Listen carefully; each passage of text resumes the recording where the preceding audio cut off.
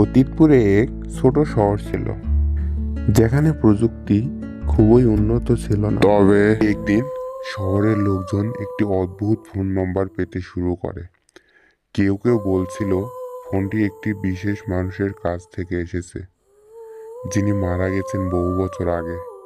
তবে ফোনটি শুধুমাত্র একটি নির্দিষ্ট সময় বাজত, রাত 12টা। একদিন জনি নামে একজন যুবক সেই ফোন নম্বরে কল করার সিদ্ধান্ত নেয়।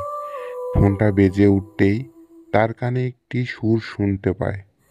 অপর প্রান্ত থেকে এক সুরেলা কণ্ঠ ভেসে আসে।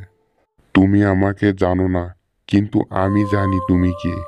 তোমার কল করার পর তুমি আর ফিরে আসবে না।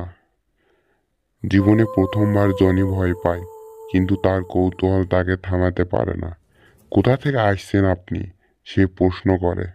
অপর প্রান্ত থেকে ভয়ঙ্কর হাসি শোনা যায়। তুমি যদি জানতেই চাও, তোমার জন্য অপেক্ষা করছি, শুধু তোমার ওই জন্য। এরপর ফোন লাইনটি বন্ধ হয়ে যায়। কিন্তু সেই রাতের জনির চোখে দেখা দেয় এক অদ্ভুত দৃশ্য। তিনি শহরের মাঝখানে দাঁড়িয়ে আছেন, কিন্তু চারপাশে সবকিছু অন্ধকার হয়ে গেছে। ঘরের জানালা দিয়ে দেখা যায় কিছু কালো ছায়া শহরের চারদিকে ধেয়ে আসছে। পরের দিন জনি আর কাউকে খুঁজে পাওয়া যায়নি। কেউ জানতো না সে কোথায় চলে গেছে।